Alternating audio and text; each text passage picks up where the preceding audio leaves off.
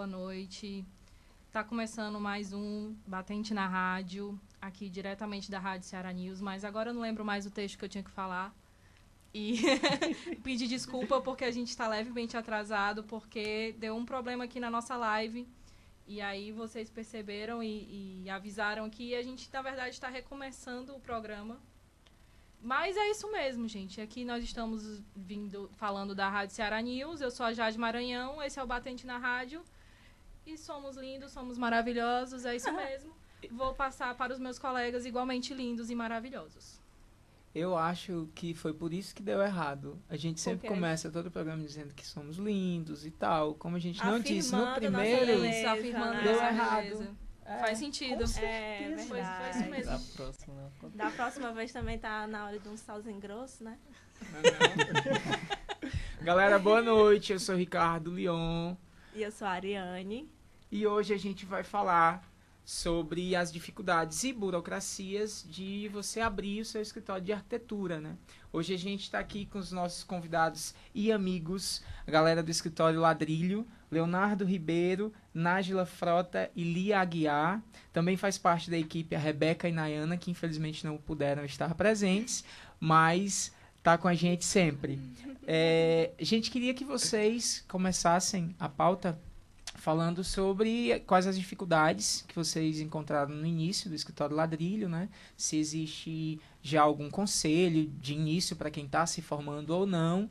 Quem está se formando e quem está no começo, desculpa, né? Não tem como se abrir se não se formar. Mas é exatamente isso. Por favor. Boa noite, pessoal. Obrigado pelo convite. Eu sou o Leonardo Ribeiro, um dos sócios fundadores aqui do Ladrilho. Boa noite, gente. Eu sou a Nájila, também sócia fundadora do Ladrilho, formada pela UFC desde 2013. Boa noite, gente. Sou a Lia Aguiar, sócia fundadora também do Ladrilho, formada pela UFC também desde 2013. Vai, Nájila. Vai, Nájila. A gente já tinha combinado. Já tinha começado, vamos repetir. A Nájila responde a primeira. Segue o roteiro. Então, gente, falando um pouquinho do começo do Ladrilho, na verdade, a gente acabou se encontrando na faculdade, né? Somos todos contemporâneos e o que eu acredito que uniu todo mundo no princípio foi uma certa inquietação, essa vontade que a gente tinha de discutir sobre o papel do arquiteto, o papel da arquitetura, como a gente podia se posicionar socialmente e fazer alguma diferença, né? Principalmente em Fortaleza, nessa cidade que a gente mora. Então, logo que a gente se formou, uma das perguntas que a gente tinha era essa. A gente não tinha tanta vontade de atuar nesse mercado mais tradicional que a gente vê aqui. Então, a gente sempre pensou em formas alternativas de construir a nossa participação dentro do mercado profissional. E aí a gente começou, mais ou menos no segundo semestre de 2013, a se reunir. No começo era um grupo um pouco maior de pessoas. E aí era umas conversas muito mais voltadas à estrutura do escritório. Na verdade, a gente demorou um pouco a se entender como escritório mesmo. A gente era um grupo que estava pensando em formas diferentes de atuar. E até que, em algum momento, caiu a ficha e a gente resolveu se formalizar e chegar um pouco mais nesse mundo mesmo de CNPJ, que eu acho que a gente fala um pouquinho melhor mais na frente. Acho que também sobre o que fazer, né? Uma coisa que eu acho que pra gente no Ladrilho foi muito importante foi essas reuniões todas que a gente teve, de fato, onde a gente ainda não sabia o que éramos, né? A gente sabia se era coletivo, ONG, enfim. E aí, nisso, como a gente se reuniu muito para conversar sobre o que a gente tinha em comum, o que a gente queria fazer e tal, a gente conseguiu desenvolver uma identidade muito forte, né? A gente se conheceu como grupo e, eventualmente, escritório.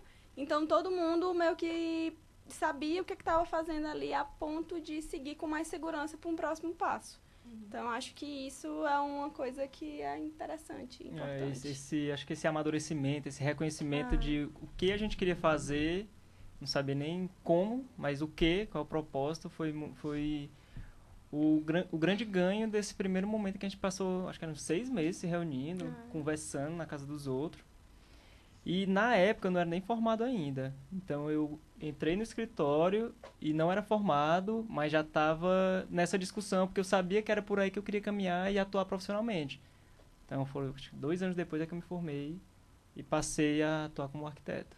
Mas quando a gente montou o escritório, o Léo mesmo, sem estar formado ainda, ele já era, tipo, parte Eu do participava dentro do escritório, processo né? De tudo, todo o com o pé processo. de igualdade, obviamente não assinava, mas já estava nas discussões. Então acho que é... E até você convivendo com gente que já tava um pouco mais Sim, passos na sim. frente, né? Eu acho que as questões que elas discutiam, que até então não me interessavam, porque dentro do meu ciclo, né, das discussões da faculdade, ainda não tinha chegado o momento. Então eu acho que eu ganhei muito com as discussões com elas. Na época nós éramos 9, hoje nós somos 5 sócios. Então foi bem enriquecedor, particularmente para mim, ter essa convivência com elas e conviver até hoje. Então, acho Porque essa conversa ela não é muito abordada na faculdade, né? Esse amadurecimento de qual tipo de serviço. Hoje a gente tem, vou fazer arquitetura de interiores porque é o que a gente vê mais acontecendo. Mas vocês, quando tiveram essas reuniões, né, de formatar ideologia do escritório, né, o que é que querem trabalhar, essas coisas, e juntar com pessoas que estão seguindo no mesmo caminho, é até uma forma de fortalecer. Tu tá com a ideia na cabeça, mas não tem ninguém para compartilhar. É uma forma de fortalecer esse caminho, né? Eu acho muito interessante. Não, pode falar. Não, eu ia dizer que com relação a isso, quando a gente estava se formando, né, acho que a gente passou por um período rico de incentivo bastante a estudar um pouco mais sobre urbanismo e tal. E, no caso, acho que foi, sei lá, coincidência mesmo, que a gente foi se interessando, se conhecendo. Tinha uma pessoa específica, éramos da mesma época ali, mas tinha uma pessoa em especial, que era a Rebeca, que tinha uma relação direta com cada um. E era em reuniões de bar, a gente se encontrava e, vamos montar um escritório. Quando eu fiz, sei lá, uma cadeira no meio da faculdade, falei com a Rebeca, era dupla dela, que ela é da minha turma, e aí, a gente vai montar um escritório. Quando saí, tipo, na brincadeira que se tornou realidade, né, em bares e tal. E aí, com certeza, isso da gente se reafirmar, estarmos juntos, esse apoio mútuo que a gente vai se dando, é muito importante, assim, eu acho, no nosso processo, né, de escritório.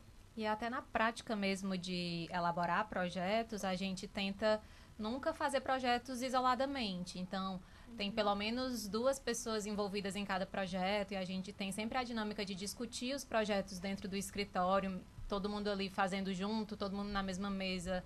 De repente surge uma dúvida, a gente pergunta para alguém, mesmo que a pessoa não tenha ido fazer o levantamento ou não tenha tido contato com o cliente, a gente tem essa troca contínua e bem intensa, às vezes até mais do que devia, mas é realmente uma questão de parceria mesmo, de você confiar demais em quem está ali do seu lado. Trabalhar realmente em equipe, né? Sim. Quero falar aqui um pouco do que tu disse, de que hoje a galera não discute muito isso, de se encontrar, acho que no mercado, como que vai ser sua atuação, porque no caso de vocês tinham um pensamento comum, né, de buscar algo diferente, de entrar no mercado com algo diferente do que já se vinha sendo feito aqui em Fortaleza, né? Então vai muito disso. Da mesma forma da gente também, do Batente. Quando vocês começaram a falar aí, não, foi assim também. Muito parecido, né? A gente tem até tu que não formou, tem até o nosso tem até a mesa de bar do exemplo aí que vocês deram. Mas é bem isso. Porque, contando um pouquinho da gente, a Jade foi a Rebeca. Que ela que ligou eu e o Leon e fez ali a mistura, porque era uma coisa que muita gente pergunta, mas tu nem estudava com ela, ou não estudava com nenhum dos dois, como é que tu conheceu e tal, não sei o que. Aí você vê que, tipo, fora da tua faculdade também, às vezes acontece de encontrar sócios ou parceiros para futuros projetos que pensam da mesma coisa que tu, né? Que estão querendo a mesma coisa. Existe vida fora da bolha. Existe vida fora da bolha. Eu acho que é muito isso, assim, existe muitas pessoas que fazem parcerias porque estudaram junto o tempo todo e tal, mas nem sempre tem o mesmo pensamento ou a mesma ideia do que vai seguir a profissão. Exato. Eu acho que um dos motivos da gente dar certo é que a nossa união foi muito mais pelo que a gente buscava e não necessariamente porque já nos conhecíamos. Então, acho que desde o começo a gente, obviamente, uns se conheciam, já se viam, não era nenhum estranho totalmente, mas a gente passou a ter uma convivência muito maior depois das primeiras reuniões. E acho que foi isso, de você ter que confiar mesmo, e a gente confiou e estamos aí, né? Acho que isso ajuda bastante. Outra coisa que eu queria falar é porque essa união, eu acho que parece que a gente não escolhe as pessoas, né? Porque o meu irmão também faz arquitetura e ele vai se formar agora e, tipo, sempre foi, então a gente vai montar o escritório junto e trabalhar, tipo, irmãos à obra. Mas aí, tipo, eu conversando com ele e tal, as ideias dele não batem com a minha, cara...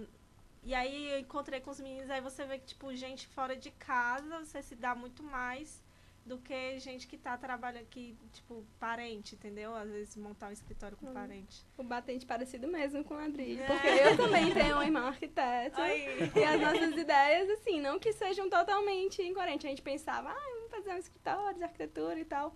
Mas a vida levou a gente por caminhos bem diferentes, assim, que não foi o caso da gente trabalhar juntos. Exceto um ou outro projeto, mas total, tipo, a gente encontra essas outras pessoas às vezes fora, né? Pois é. Sim, agora a gente vai falar um pouco sobre escritório mesmo, né? Tipo, a ideia de montar um escritório é uma coisa que passa na cabeça de muita gente. Tem gente que ainda tenta ir trabalhar para outros arquitetos e tal, mas hoje a realidade não é essa, né? A gente vê inúmeros escritórios de arquitetura sendo abertos por recém-formados. E uma coisa que a gente, que o aluno, o estudante recém-formado, né, de arquitetura vê, sai da faculdade sabendo que você precisa do registro do CAL para poder exercer a profissão, né? Aprendeu, às vezes tem cursos que o CAL mesmo, o professor de legislação, oferece para ensinar os alunos a como retirar RRT, né, fazer todo esse processo burocrático dentro do site e tal. Mas quando chega no pega para capar, vai abrir um escritório, como é que eu formalizo isso? Tenho que tirar esse CNPJ, será que eu tiro o CNPJ ou eu fico como autônomo, né? Ter essa dúvida de que tipo de empresa você vai ser, né? Eu queria saber como foi esse processo para vocês e quais são os itens para formalizar um escritório, às vezes alugar uma sala ou não, essas coisas assim, que na hora de montar o escritório de arquitetura não podem faltar. Tipo, tem que ter, eu acho que tá ali, tem que ser feito até para deixar tudo dentro da lei. Acho que muito no início a gente se reunia, não tinha espaço físico, a gente não tinha CNPJ, a gente era um grupo que estava querendo atuar. E aí pra gente, inicialmente isso bastava. E o CAL, né? O CAL, pelo menos o CAL profissional, né? Obviamente eu não tinha até me informar. Mas aí a nossa atuação, até o reconhecimento como escritório, isso aconteceu de uma forma bem devagar. Isso até o momento em que primeiro passo em que a gente deu para se tornar mais profissional foi alugar uma sala. Porque a gente via que os projetos fazendo na casa dos outros, fazendo no espaço que não era nosso, a gente não tinha aquela identificação, apropriação. E a partir do momento que a gente tem um gasto, né, um custo, isso pra gente já dá uma cutucada de a gente precisa ganhar dinheiro. Exato. É o melhor estímulo, né? O boleto. Foi o estímulo. Quando chegou aquela conta e ter que saber de onde é que vinha para pagar, a gente começou a se ter uma posição muito mais profissional de levar o escritório. O escritório até então, a gente já tinha essa denominação, o escritório. A gente queria ser um escritório, mas a gente não tinha CNPJ. E aí a gente teve uma situação... no início, a gente fazia bastante as mostras ladrilhos, que eram eventos que a gente fazia no nosso espaço físico, onde a gente promovia debate. Então, uma das nossas propostas é ter essa troca de conhecimento, promover a discussão acerca da cidade. Não só entre arquitetos, Não né? só entre arquitetos, então é de uma forma bem geral. Mas a gente levava assuntos que a gente trabalha na arquitetura e no urbanismo que as pessoas elas não associam tanto a seu papel de cidadão, né? A intenção era exatamente essa, de levar essa discussão, né? Tipo, acordar as pessoas e tal. E aí, a gente fez alguns eventos, algumas mostras, ladrilho, e teve um específico que a gente teve uma visibilidade maior, onde a gente chamou o... Murilo Cavalcante. Murilo Cavalcante. Que na época ele era secretário de Segurança Cidadã de Recife, né? Isso, e ele fez o livro... como é o nome? Bogotá. As lições. As lições de Bogotá e Mas eu sabia. Mas é um livro... Inclusive é um livro muito bom, o livro dele. E a gente entrou em contato com ele e conseguiu trazer ele, porque, enfim, ele faz toda uma discussão sobre como, principalmente Medellín, né, mudou. E naquele contexto violento que tinha, né, e como ela conseguiu dar a volta por cima muito com atitudes de cidadania e urbanas, né.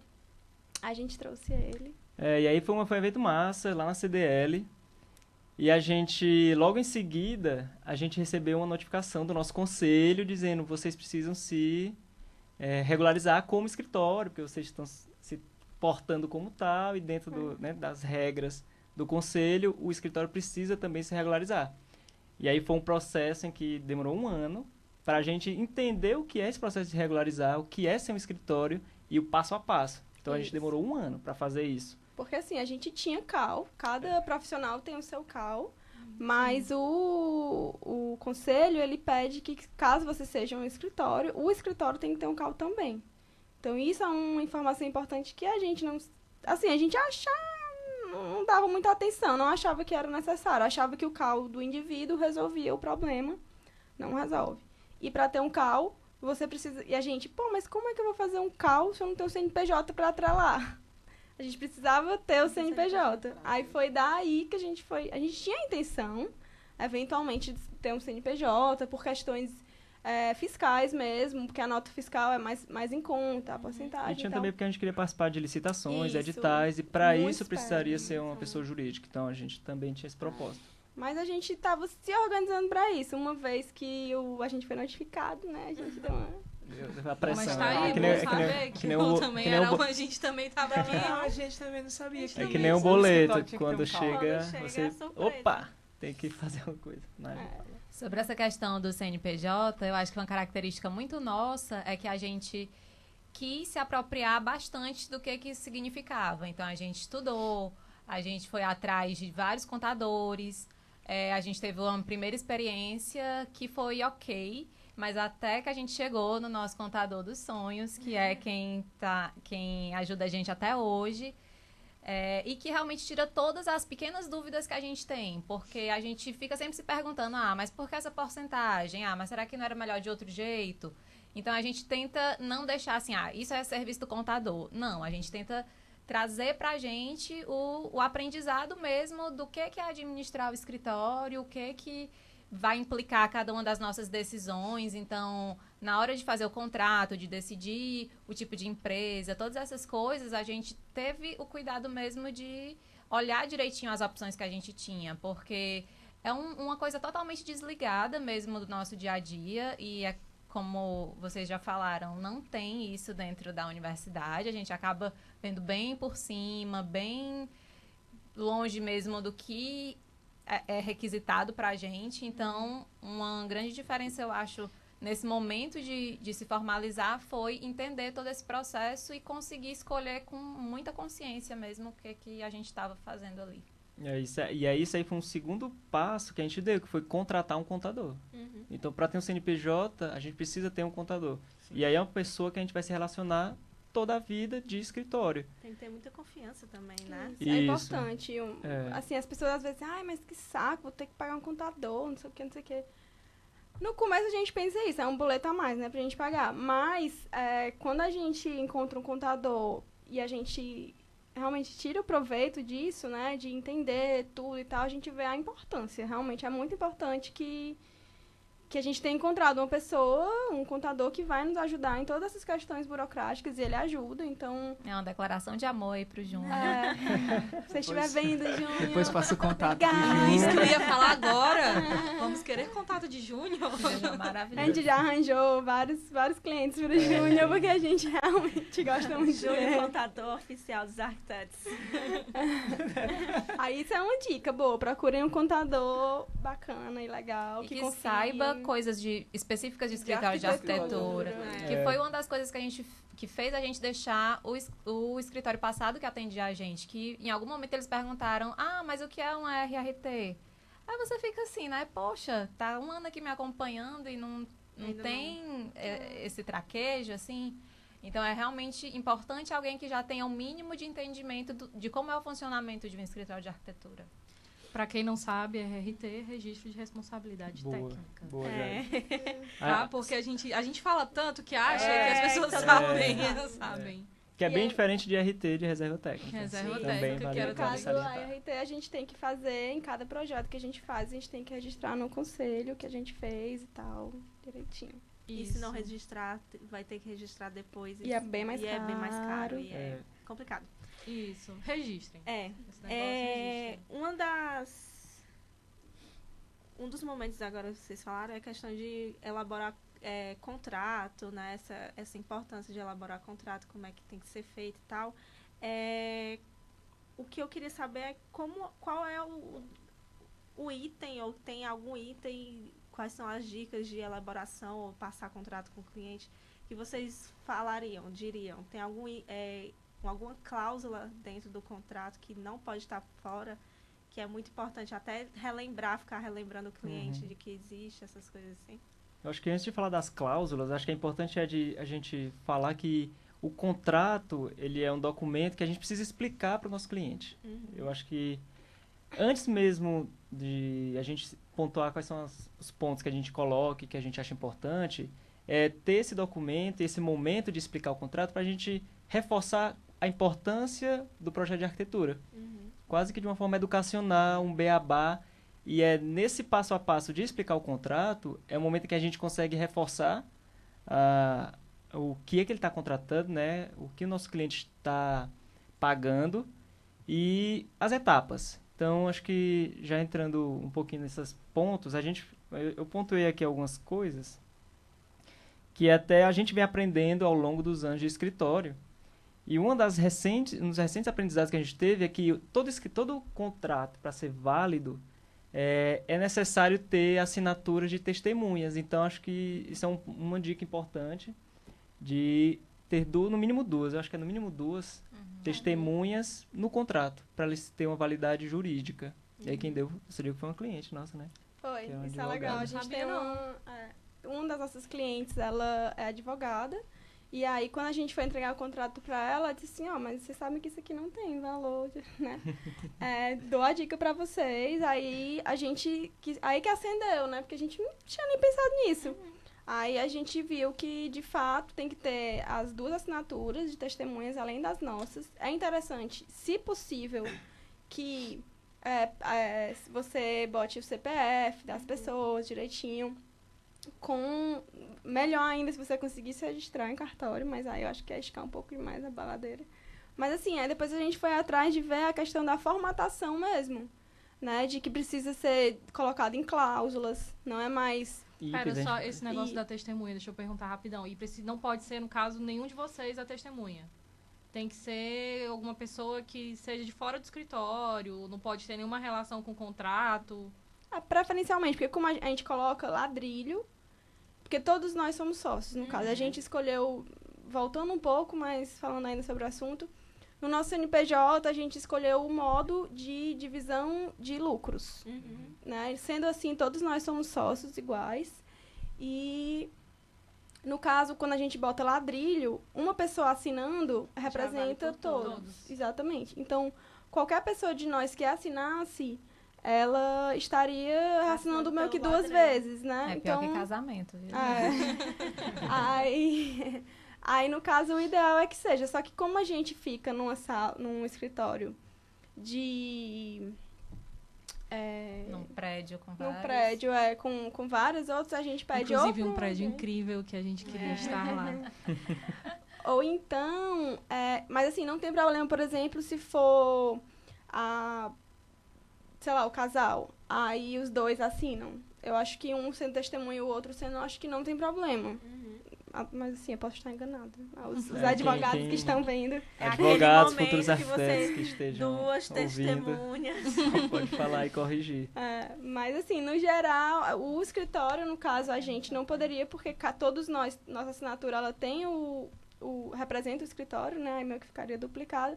Mas os outros, tipo, se tiver pessoa passando na rua, você Pode ser. pode pedir para ela assinar. Gente, tô aprendendo várias coisas aqui.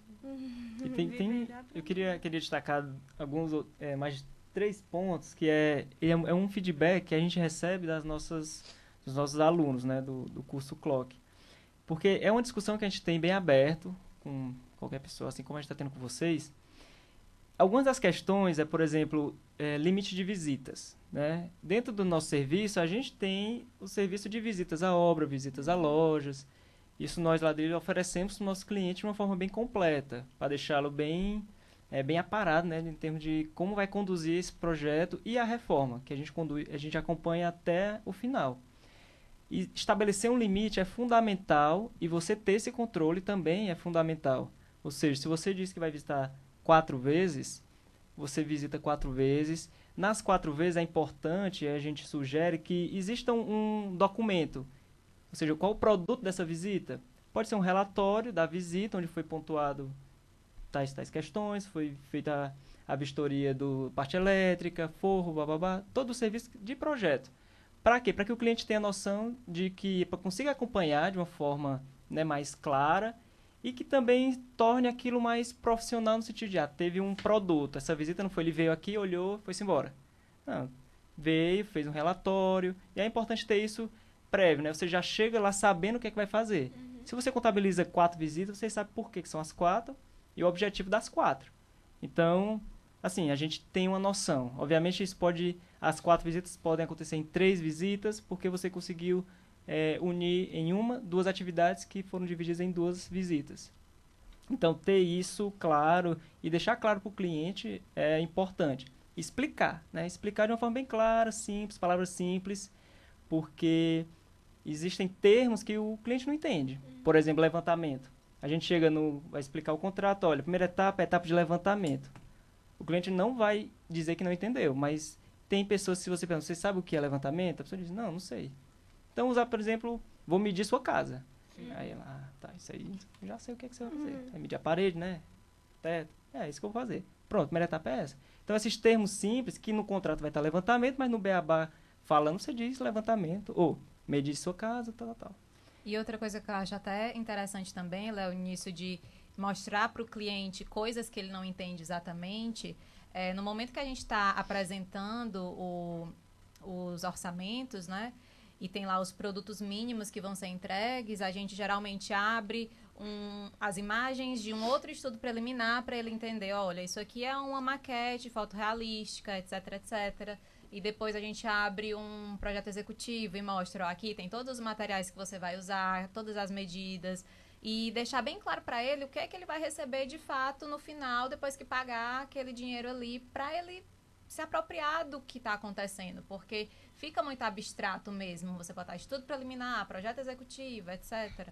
Eles não conseguem compreender. Visualizar, né? Exatamente. E assim, a gente, como política de escritório mesmo, a gente escolhe ser muito honesto com o nosso cliente. Então, nosso contrato, ele, além de explicar todo o processo bem direitinho, ele é bem aberto com questões de produto, que a gente acha muito importante a gente esmiuçar todos os produtos, tipo planta baixa, corte, não sei o que, a gente coloca todos os itens para ela entender a quantidade mesmo do que vai ser entregue.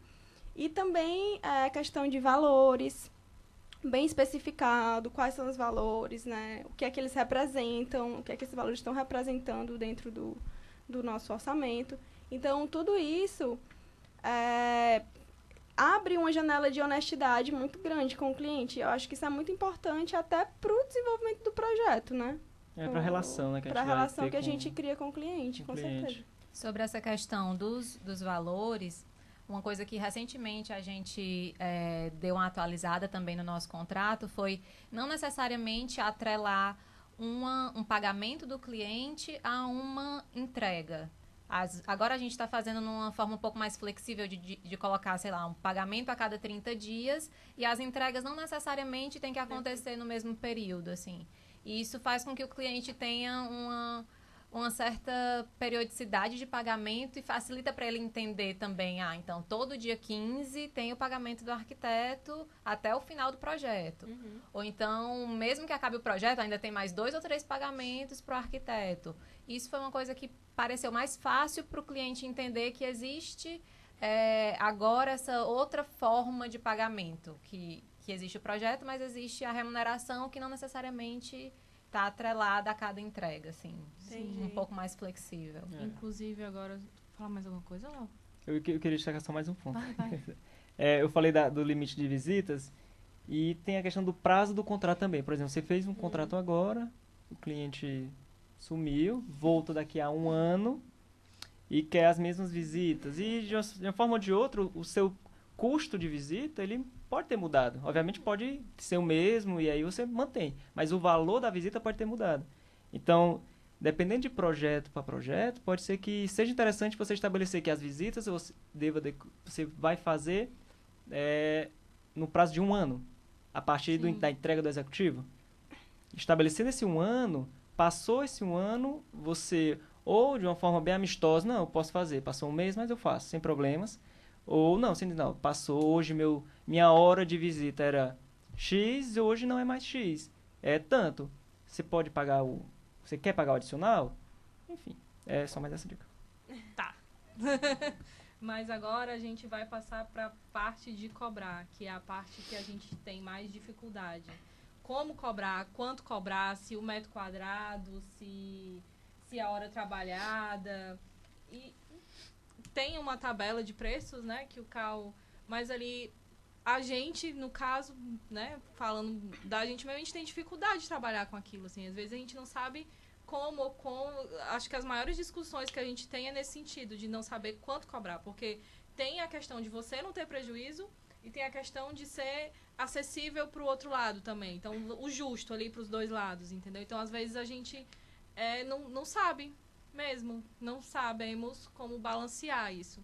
E aí, eu ia perguntar para vocês essas diferenças, né? De cobrar por metro quadrado ou cobrar por hora. E como é que vocês costumam fazer isso, esses cálculos, se vocês... Enfim, fica à vontade. Quer falar? Não. Não, assim, falando sobre a tabela do Cal, ela não reflete muito a nossa realidade, né, assim, de mercado aqui de Fortaleza, principalmente. Enfim, é um cálculo gigantesco, é uma fórmula enorme, né, que você tem que botar várias coisas, é meio complicado, realmente.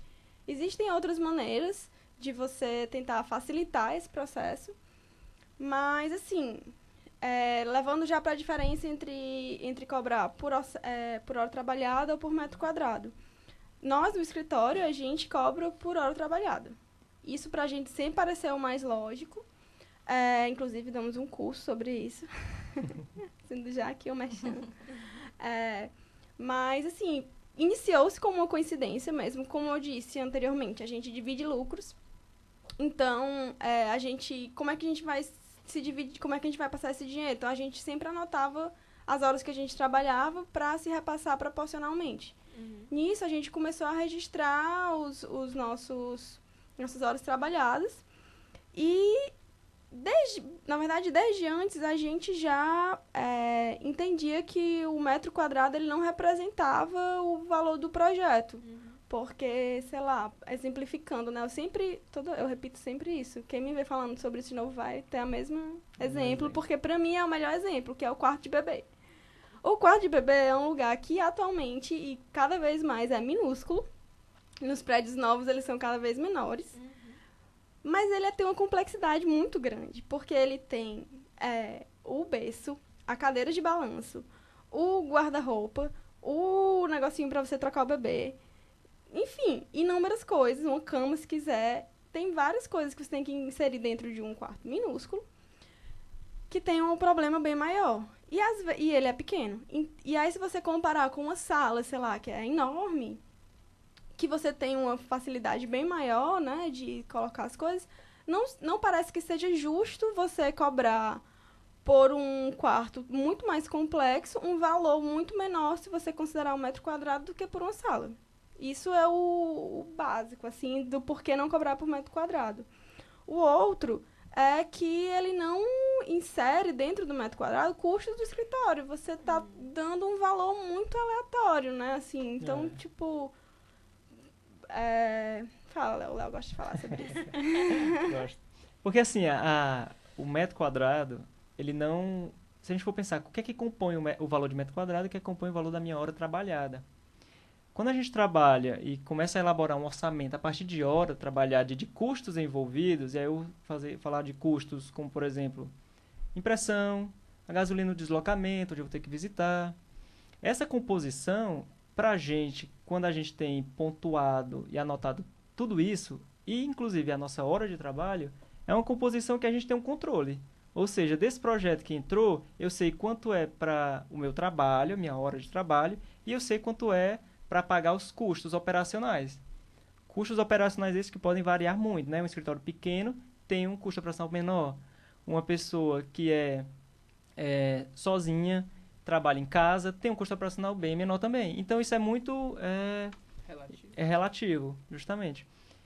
Essa composição de hora trabalhada e de custos operacionais, eu tenho controle. Quando a gente vai para o metro quadrado, eu não sei qual é. Pelo menos eu nunca busquei e eu nunca ouvi uma resposta de quem trabalha com metro quadrado, qual é a composição.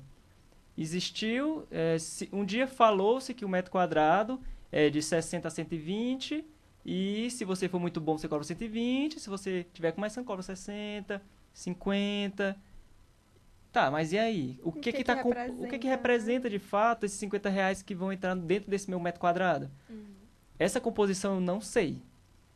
E aí eu acho que isso é algo que é uma questão... Está sendo debatido hoje e está sendo mostrado uma nova forma de cobrança. A gente utiliza a hora de trabalho desde o início, sem saber muito bem como fazer, a gente foi pesquisando, isso aí é bem fácil, você consegue assuntos na internet, existem cursos aqui em Fortaleza. Já. Eu acho que complementando um pouco o que a Lia falou no começo, de que a gente tem essa questão da divisão de lucros, né, dentro do escritório, então fazer o cálculo das nossas horas também, quanto cada pessoa dedicou de tempo, qual foi realmente o período que cada pessoa conseguiu se dedicar, é importante para, no final do projeto, a gente conseguir proporcionalmente se remunerar. Então, para além de saber quanto o escritório gasta, etc., era fundamental que a gente conseguisse fazer ali uma regra de 3 que dissesse, não, eu vou ficar com tantas horas e você fica com tantas horas, e todo mundo sair feliz, satisfeito, sabendo que realmente foi um valor justo, compatível com o que você se dedicou. Então, acho que pra gente, o raciocínio era muito, muito natural, porque a gente partia desse princípio, e parte até hoje, né? Isso. Assim... Com várias mudanças, na verdade, mas... É um processo. Acho que cada curso que a gente dá, a gente incrementa coisas novas, a gente aprende coisas novas. As experiências com os próprios projetos, é sempre uma novidade surgindo. As nossas próprias experiências, tipo a questão do contrato, que foi uma coisa que foi sendo absorvida, né? Enfim, muita coisa é novidade. Novidades.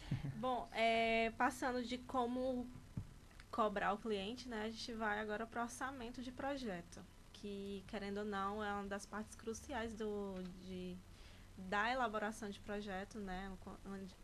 Antes de iniciar a obra em si. E a minha pergunta, por que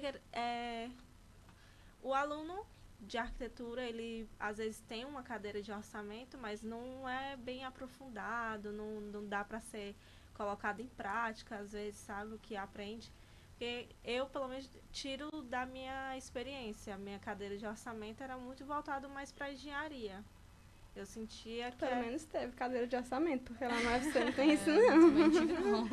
Pois é, então eu acho que era uma coisa muito mais voltada para engenharia e a gente não sabe como fazer uma tabela de orçamento que seja boa, né? Então, eu queria saber qual é a importância, né, de um bom orçamento e de como montar esse orçamento, né? O que é que precisa ter no orçamento bom, ou coisas que não, itens que não podem faltar, né? Por favor. Eu acho que um ponto importante de um bom orçamento é você passar esse valor com segurança para o seu cliente, né? Porque no momento em que ele for lhe questionar, pô, mas tudo isso, né? Você tem que ter a segurança de o que você está cobrando e passar isso para o seu cliente. Então, acho que um bom orçamento lhe dá essa segurança de dizer o valor do seu projeto é isso, porque ele exige de mim isso, exige tanto tempo de trabalho, eu vou precisar me deter nesse assunto que você me pediu. Então, para que eu consiga lhe dar isso que você quer, eu preciso fazer tudo isso. E tudo isso tem um custo do meu tempo. E o meu tempo é esse. Acho que o principal ganho de um orçamento é a segurança e passar esse valor para o cliente. Eu acho que isso é realmente um ponto-chave, porque as pessoas chegam muito pra gente dizendo assim, nos cursos, né? Principalmente, dizendo, não sei, tem 1 metro quadrado e tal, mas eu nunca sei. As pessoas, elas chegam muito inseguras pra falar com o cliente e dar um valor, né? Uhum. E isso realmente reflete muito a como o cliente vai reagir. Às vezes ele vai achar que a sua insegurança pode ser porque você tá querendo cobrar mais, ou sei lá. Enfim, Cobrar né? pela cara, né? O famoso cobrar Tipo, pela eu tô cara. cobrando aqui. Então, quando a gente cobra por hora trabalhada, no caso, que a gente faz o orçamento, né? Como o Léo falou, a gente inclui todos os custos. Então, a gente sabe que aquilo ali está sendo pago, né? Porque nossa hora, ela representa também uma hora do escritório, que tem a energia, que tem o computador sendo usado, que tem aluguel, Programas, né? Que tem que os ser. programas que a gente tem que pagar direitinho. Então, assim, tem tudo muito estipulado, daquelas questões dos custos. Além disso, né, tem as nossas horas que a gente está dedicando. Então, isso faz com que a gente saiba o que é que aquele valor está representando e passar isso para o cliente realmente bem mais seguro. Eu acho que isso é o ponto-chave mesmo. Fora isso, né? Eu acrescentaria, no momento em que você passa esse orçamento para o cliente, você está querendo oferecer para ele o seu melhor serviço. E o melhor serviço é você incluir tudo aquilo que você sabe fazer e que pode oferecer ao seu cliente. Então, acho que no primeiro momento é explicar, olha, essa minha proposta orçamentária, ela está incluindo tudo que eu acho que você precisa para que o seu projeto seja bem sucedido e você fique tranquila no final. E é a partir daí que você começa a também poder entrar em acordo com o cliente, porque Negociar, não né, vai mesmo. existir um cliente que não vai dizer tem desconto, Sempre. dá um descontinho. Mas é muito isso também. É uma coisa que as conversas que a gente tem entre eu e os meninos é tipo, vamos detalhar tudo que a gente tem que fazer, ou então tudo que a gente pode dar pro cliente, porque na hora que a gente detalha, a gente tem como, tipo, se eles quiserem negociar, a gente tem como, então a gente pode tirar daqui, Exatamente. oferecer, ou então esse tal serviço. Então, tem essa forma de conversar com o cliente, escolher a melhor opção para ele, né? Exatamente. Porque tem cliente que chega pra gente assim, mas se eu pagar à vista, me dá desconto? Gente, não faz a menor diferença pra gente receber à vista ou não receber à vista, assim. Não somos produtos, né? Assim, não somos um varejo que você vai lá, compra de rumo e consegue um desconto mais na frente. Tipo, não é assim que funciona, é um serviço que está sendo prestado. Então, a gente realmente, para poder baratear, a gente já está cobrando o valor justo. Para poder baratear, a gente tem mesmo que abrir mão de alguma coisa. Seja um produto, obviamente, que não vá atrapalhar o andamento do projeto, né? Mas que, sei lá, uma coisa que a gente usa às vezes é a questão das imagens renderizadas. Aí, tipo, a gente gasta um tempinho configurando o render no Photoshop e tal. E aí a gente pode negociar. Mostra pra ele, tem essa opção dela renderizada ou tem essa opção. Isso vai baratear um pouco o seu projeto. Você prefere essa, né? A gente realmente é bem honesto com os clientes. E aí, no caso, isso é uma das coisas, por exemplo, que a gente consegue negociar. Mas, como sugestão, né? Por a gente entender que não funciona assim, dar esses 5% de desconto por dar, não é aquela coisa do metro quadrado. O que é que isso está representando? É complicado. Mas é exatamente essa questão de representar, que foi como você falou, de esmiuçar as coisas, né? É a forma mais justa de explicar para o cliente o que é o nosso trabalho, né? O que você vai oferecer, porque ele sempre vai buscar um produto final, a construção. O decorrer disso tudo, o trabalho que você teve, ele não sabe. Então, se você não explicar para ele tudo isso, o valor que você vai oferecer, seja qual for, barato ou não, ele vai achar injusto. Porque para ele foi só um serviço aqui, você está me cobrando um absurdo. Por isso, de você explicar, deixar as coisas bem claras, né? E mostrar, ó, isso aqui dá um trabalho, assim, e por aí vai. Não é isso? Tiveram algumas perguntas. Isso que eu ia falar, eu não achei a pergunta da Carla. Carla, me perdoa, não foi de mal, eu não achei Da sua Carla? pergunta. A Carla fez, na verdade, 2 perguntas que eu anotei. A primeira foi a questão de qual é a desvantagem da concorrência entre escritório físico e coworking, né? Tipo, às vezes você pagar uma sala, ou então sua somente, ou então dividir um coworking com outros escritórios, né? Eu acho que é a questão que pode levantar, pode ser, tipo, um investimento inicial pode ser menor, né? E também eu acho que acabou até respondendo, qual é o tempo certo para ter um escritório físico em relação ao custo após pós-formado, né? Eu acho que uma coisa... Tá. Vocês pensaram em alguma hora em entrar no co-work com o ladrilho? Ou A sempre gente foi a ideia? considerou, A gente tem uma certa vantagem por sermos muitos, né? A gente consegue se dividir sem pesar muito no orçamento. Então, isso pra gente já foi uma vantagem mas na época, como a gente não tinha muitos projetos, ainda assim era bem difícil. Mas no caso, a gente considerou o coworking. A questão é muito, eu acho, do o seu tipo de escritório que você está querendo levar. Se você prefere, tipo, ir lá no cliente, né, e tal, eu acho que o coworking é tranquilo, você vai lá, tem o seu espaço, leva o seu notebook e tal.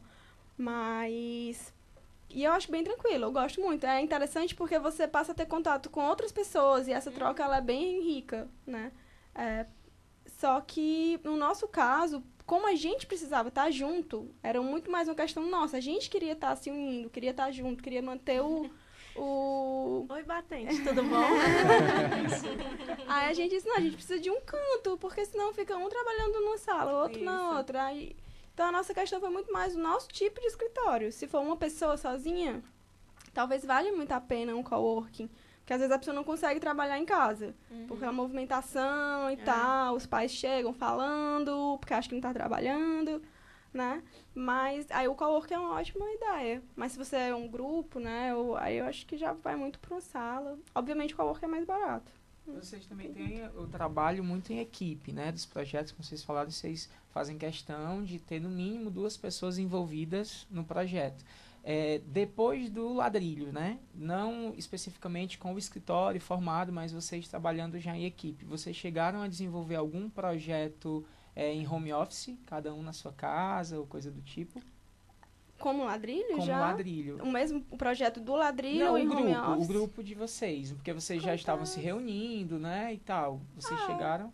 Acontece assim, da gente fazer projetos, iniciar projetos em reuniões e a gente sair desenvolvendo na sua casa, por ser mais cômodo, né? No início isso acontecia com mais frequência porque a gente não tinha um o espaço com a qualidade que a gente tem hoje. Então, às vezes, era mais confortável para a gente estar em casa do que estar no escritório. Então, acho que hoje em dia não, a gente tende a se reunir no escritório e ir diariamente no escritório para trabalhar. Teve só uma pergunta, teve uma pergunta do Cauê também, que ele pergunta quais os instrumentos, quais as formas que vocês usam para capitalizar os clientes e de que forma eles chegam até vocês, se por indicações ou se tem alguma outra forma. Acho que no começo foi muito clientes mais próximos mesmo, às vezes pessoas da família, às vezes amigos. Hoje eu sinto que clientes que já fizeram projeto antes acabaram voltando. Algumas pessoas já procuraram a gente pelos sites mesmo. Outros arquitetos já procuraram a gente para fazer parcerias também. É bem variado, eu acho. Hoje em dia, acho que deu uma variada. A gente Acho que a gente identificou um marco, assim, no escritório, no momento que o primeiro cliente, que não tinha absolutamente nada a ver com a gente, chegou ao escritório. A gente achou, uau, chegamos lá. Porque realmente você começa com um amigo do amigo, ou então o parente, enfim. Porque no começo é muito boca a boca, né? O cliente é o teu maior ou pior Propaganda. Mas eu acho que não só no começo, sabe? Eu acho que você vai criando o seu nome, o nome do escritório, muito pela rede que você cria. E ela principalmente acontece boca a boca. Óbvio que é importante uma mídia digital atuando, né, e tal. E um site, a gente particularmente sempre defendeu bastante o site. Mas com certeza, o boca a boca, eu acho que não chegou para ficar, assim. As nossas mídias que a gente investe, a gente fez um site, onde a gente paga pelo site. A gente tem o Instagram, onde a gente, né, movimenta as postagens. Nós mesmos movimentamos. Então, hoje a gente ainda não investiu em ter uma equipe por trás, fazendo isso de um modo profissional. A gente também está no site HomeFi.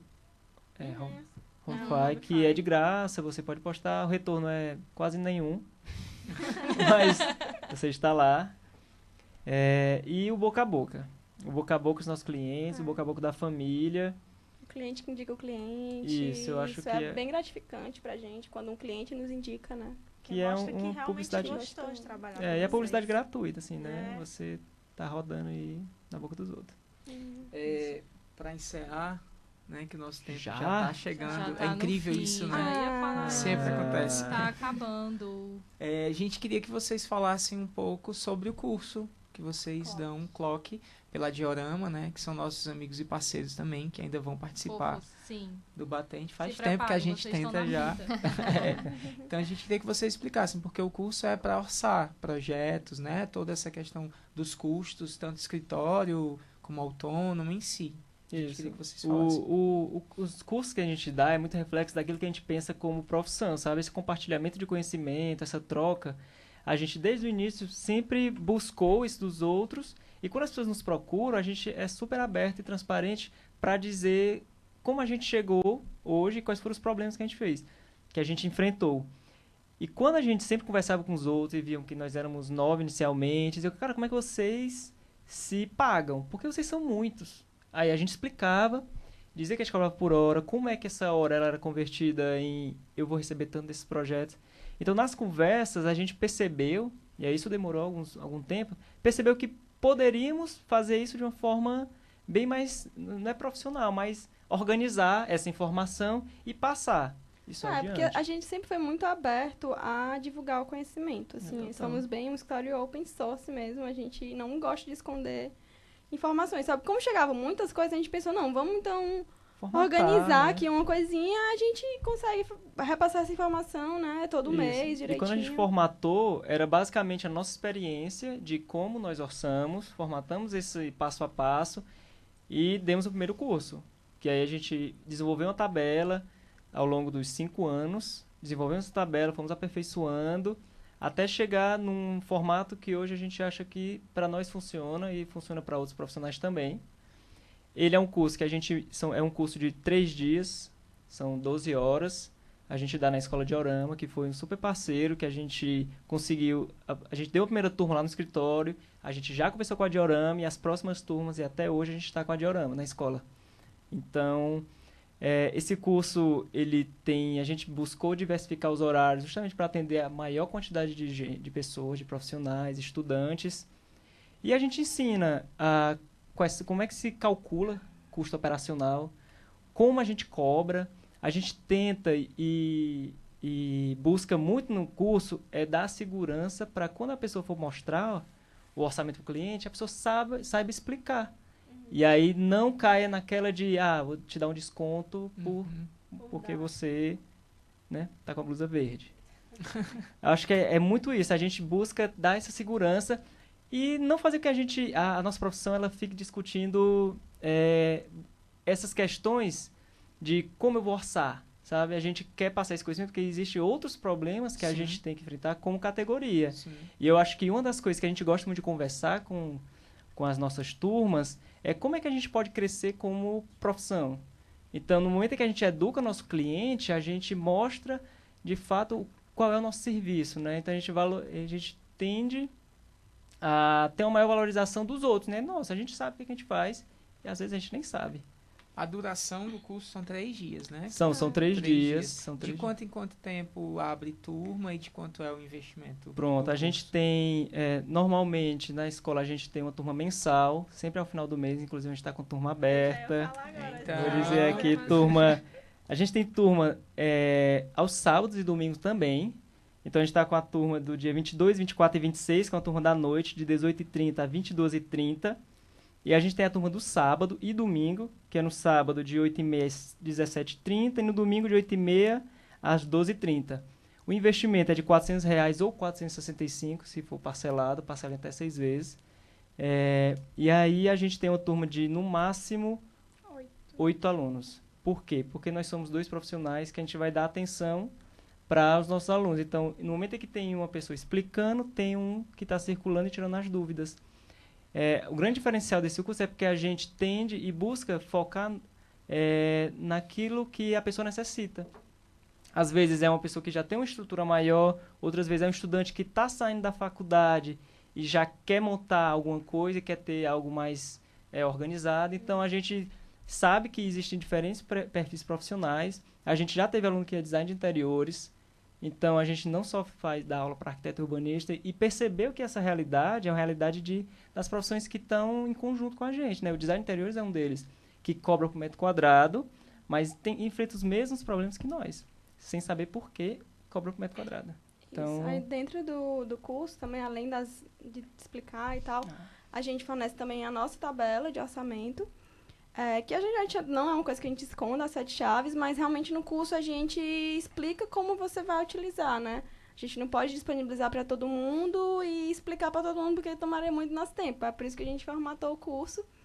E aí a tabela a gente disponibiliza e explica exatamente como você vai utilizar, o que é que cada célulazinha lá no Excel representa. É basicamente Excel, são coisas muito simples.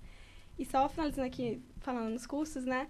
O Ladrilho também, ele, como o Léo falou, a gente fala sobre cursos que representam nossa experiência e a gente também dá outros cursos no escritório. Acho que a Nájila pode falar um pouco mais sobre isso. Exatamente, gente. Um outro curso que o Ladrilho faz também é um curso de geoprocessamento, que é bem voltado para as dinâmicas que eu já vivi, tanto dentro do escritório, como na vida acadêmica, como também no serviço público. Então, a gente faz uma tentativa de autonomia mesmo dos profissionais com relação à cartografia e à produção de mapas. E a gente também está com outro curso aberto também para começar já a próxima semana, que é um curso avançado de geoprocessamento, que tem algumas outras ferramentas para análises espaciais mais complexas. Então, tudo isso realmente é derivado de toda a experiência que a gente já teve, os problemas que a gente já enfrentou, como a gente conseguiu superar. E é isso, assim, sintam-se convidados para fazer parte também dessa outra vertente que o Ladrilho tenta implantar como escritório. Maravilha. Maravilha. Agora eu vou encerrar. Sonoplastia. Eu vou encerrar com tristeza no coração. É difícil a dor do parto, mas temos que partir. Então, sigam a gente nas redes sociais. Eu vou botar aqui rapidinho o site do Batente para vocês verem. Porque o que é o principal desse site? O site tem um bocado de conteúdo? Tem. O site tá bacana? Tá bacana. Tá lindo. Inclusive design de Lyon. Mas tem esse pedacinho aqui, ó, que faça parte desse Batente, que é para você colaborar. Você manda sua matéria pra gente, material de download, aquele trabalho bacana. Colabora com o Batente, porque aí você tá mostrando seu trabalho, você tá fazendo parte. E vamos estreitar laços, né? O que os meninos estavam dizendo, assim, vamos se conhecer, vamos fazer essa unidade enquanto categoria, né? Enquanto profissionais da mesma área. E obrigada, gente, 1000 obrigadas. Sintam-se à vontade para voltar quando quiserem. Certeza. A gente que agradece. espaço é de vocês. Muito felizes com o convite. Muito obrigada. E foi muito massa. Eu acho que eu e o Leon aqui, a gente estava, meu Deus, testemunha. Não, Gente, tá tudo Sim. anotado. tá tudo anotado. É, Outra coisa também, eu Inclusive, quero agradecer todo o pessoal aqui que tá no ao vivo pelo Facebook. A Bida, a Aricélia, Minha mãe. gente, a gente Beijo, precisa mãe. se conhecer, dona Maricela. Eu vou lhe dizer um negócio. né? Um beijo pra Xuxa e pra mamãe. A Aricélia mandando parabéns pelo programa, né? E a Bida falando muito rico esse debate. Realmente foi muito rico. Tua mãe. Ah, minha mãe também. A tia eu já conheço. Suas mães todas. A vida é minha mãe. Ah. Um beijo, mãe. O Cauê também. O Cauê tava Ah, é, o pelo lindo. WhatsApp, mas tava É. aqui mandando a pergunta dele. Pois E é é. isso, gente. Muito obrigada. Voltem sempre. A Valeu, gente que pessoal. agradece, gente. Foi uma delícia a conversa. Foi ótima essa troca, gente. E parabéns, viu, pelo programa. Contem Obrigada. conosco como parceiro pra gente continuar trilhando e dando essas informações, compartilhando conhecimento, que eu acho que todo mundo cresce com isso. E Sim. para Beleza. os ouvintes e assistidores, enfim, a gente está disponível. Siga nossas redes também. Sim, escritório E- ladrilho, Escritório arroba. Ladrilho. colocado também. Foi, a gente botou ali no meio do. Isso. Aí a gente está sempre disponível, realmente. E a gente é bem aberto e gosta de conversar com as pessoas. Então, E o escritório cerveja. deles é lindo, gente. É. cheguem lá, tomem um café, né? Um dia seremos vizinhos. Oxalá. É isso, gente. Até a próxima. Tchau. Muitíssimo Boa noite. obrigada. Boa noite. Tchau.